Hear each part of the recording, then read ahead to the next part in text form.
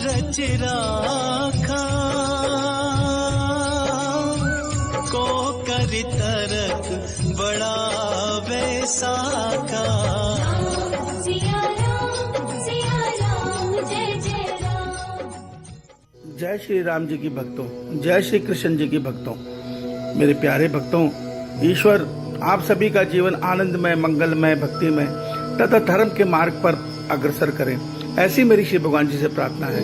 मेरे प्यारे कृष्ण भक्तों, आज से हर शनिवार के दिन हम लोग रामचरितमानस से एक चौपाई या एक दोहे का सरल अर्थ करने का प्रयास भगवान श्री कृष्ण जी की कृपा से ही करेंगे। हमारी आज की चौपाई है, होई है वही जो राम रचि राखा, क्यों करि तर्क बड़ा बैसाखा।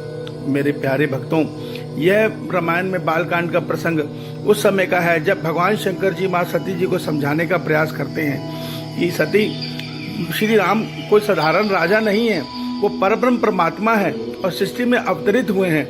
मगर माँ सती जी संशय करती हैं, इसको असत्य समझकर स्वयं भगवान की परीक्षा लेने के लिए चल पड़ती हैं। तब भगवान श्री शंकर जी बोलते हैं, होई है वही जो राम रचि राखा, क्यों करि तड़क बड़ा बैसाखा, और वो ये कहकर हरि नाम का सुमरन करने लग जाते हैं। तो मेरे प्यारे भक्तों, भगवान शंकर जी ने यह बात बिल्कुल सत्य बोली है, क्योंकि भगवान शंकर जी ये जानते हैं कि कर्म विधान अटल है। यहाँ इस श्लोक का सरल अर्थ यही है कि ये सृष्टि ईश्वर के बनाए कर्म विधान पर चल रही है, और जो ईश्वर ने कर्म विधान को तय कर रखा है, कोई भी उससे बाहर नहीं हो सकता, उससे एक बाल भी इधर उधर नहीं हो सकता। जो होगा कर्म विधान के अनुसार होगा। अर्थात इस सृष्टि का हर प्राणी अपने अपने प्रारब्ध में बंधा हुआ है। जो उसने पूर्व काल में कर्म किए हैं, वो कर्म उसको भोगने ही पड़ेंगे। किसी भी योनि में जाकर, किसी भी शरीर को पाकर उसको ये कर्म भोगने ही पड़ेंगे, इससे वो बच नहीं सकता। देखिए, कुछ ज्ञानी ये बहस करते हैं कि रामायण में ये भी लिखा है, कर्म प्रधान विश्व रचि राखा, जो जस करी तो तसवल चाखा। अर्थात ये संसार कर्म विधान का कर्म पर चलता है, और जो जिस प्रकार कर्म करता है उसको वैसा ही फल मिलता है।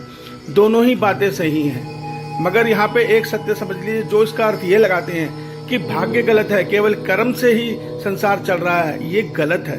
देखिए, ये चौपाई का अर्थ ये है कि हम जो आज कर्म कर रहे हैं, वास्तव में कर्म का फल नहीं है, फल है कर्म के भाव का। जिस भाव में आज कर्म कर रहे हैं, आने वाले समय में हमें उसी कर्म के भाव में कर्म फल हमें भोगना ही पड़ेगा। उसके लिए हमें दोबारा जन्म लेना पड़ेगा, नया शरीर पाना पड़ेगा। तो अर्थात आने वाला जीवन हमारा आज का कर्म तय कर रहा है। तो दोनों श्लोक अपनी जगह सही है। वहां पे ये बताया गया है उस श्लोक में कि जो भगवान ने कर्म विधान रच रखा है, उसी कर्म विधान के अनुसार ये संसार चल रहा है। गोस्वामी तुलसीदास जी कोई साधारण मनुष्य नहीं थे, वो बहुत बड़े ज्ञानी थे, जिन्होंने इतने सुंदर रामचरितमानस की रचना की, जिससे आज कलयुग में लाखों लोगों का कल्याण हो रहा है। मेरे प्यारे कृष्ण भक्तों, यही संदेश भगवान ने श्रीमद् भगवद गीता में भी दिया है। भगवान ने कहा है कि मनुष्य के हाथ में केवल कर्म है, कर्म का फल मनुष्य के हाथ में नहीं है। फल उसको उसके प्रारब्ध के अनुसार मिलता है। प्रारब्ध अर्थात जो हम पूर्व जन्मों में कर्म को करके आए हैं, उसी के अनुसार हमें कर्म को भोगना ही पड़ेगा। यहाँ किसी का हट नहीं चलता।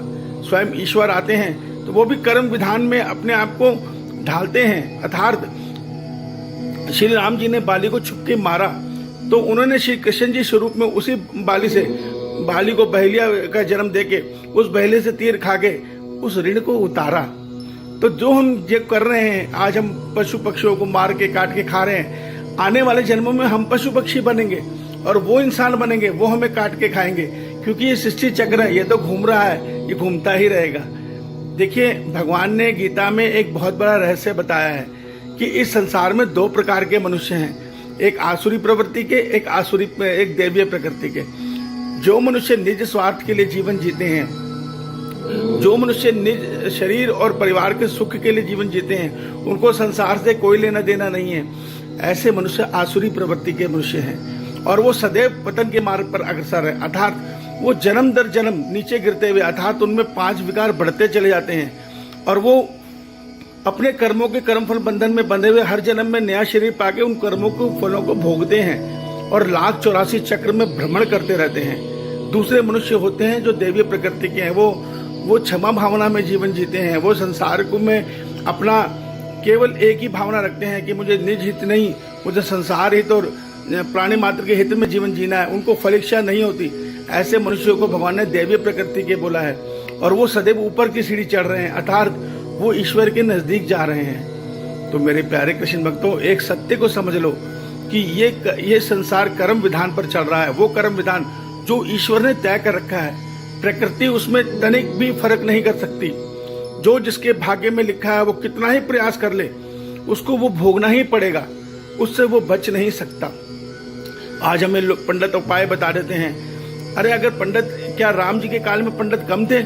दशरथ जी ने कितना प्रयास किया, उनको पहले से पता था कि मेरे पुत्र को 14 वर्ष का वनवास होना है और इस प्रकार पुत्र वियोग में मेरी मृत्यु होनी है, मगर उनके पास बड़े बड़े ऋषि मुनि थे, सब थे, मगर वो इसको नहीं टाल पाए। तो ये आज के ज्योतिष क्या हैं जो अपने आप को कहते हैं आप ये प्रयास करो, ये दुख दूर हो जाएगा। देखिए, आप जो अच्छे कर्म करते हैं, परीक्षा से कर्म करते हैं, उसका फल मिलता है, पर उसका फल संसारिक सुख होता है जो भोग कर खत्म हो जाता है। मगर जब वही कर्म निष्काम भावना से होता है तो हमारी आत्मा और मन की दूरी परमात्मा से थोड़ी कम हो जाती है, अर्थात हमारे मन और आत्मा में ईश्वर का साथ हो जाता है। ईश्वर सदैव धर्म का साथ देते हैं, इस सत्य को समझिएगा। ऐसा नहीं है कि परमात्मा कर्म विधान को नहीं बदल सकते, पर परमात्मा हर एक के लिए कर्म विधान नहीं बदलते। परमात्मा कर्म विधान बदलते हैं प्रहलाद जैसे भक्तों के लिए, मीरा जैसे भक्तों के लिए। कहा गया है ना, प्रबल प्रेम के पाले पड़कर प्रभु को नियम बदलते देखा, अपना मान टले टल जाए पर भक्त का मान न टलते देखा। तो मेरे प्यारे भक्तों, ये संसार ईश्वर का है, हम उसकी चेतन, हम उनका अंश आत्मा है। हम इस ऊर्जा से इस संसार में गलत भोग क्यों करें?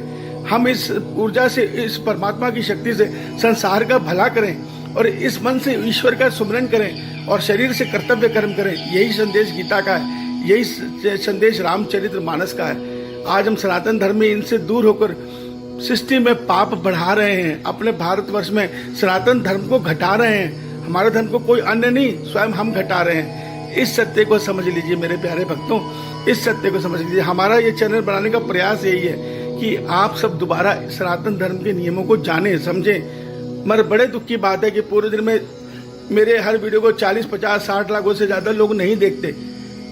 मत देखो, आप स्वयं श्री रामचरित्र मानस पढ़ो, श्रीमद् भगवद गीता पढ़ो, मगर सनातन धर्म के नियमों को जानो, उसका मनन करो, अन्य को बताओ। इसी से हमारा धर्म बढ़ेगा। दूसरे धर्मों को गाली देने से हमारा धर्म नहीं बढ़ेगा। जय श्री राम जी की, जय श्री कृष्ण जी की। ईश्वर आप सभी का कल्याण करे।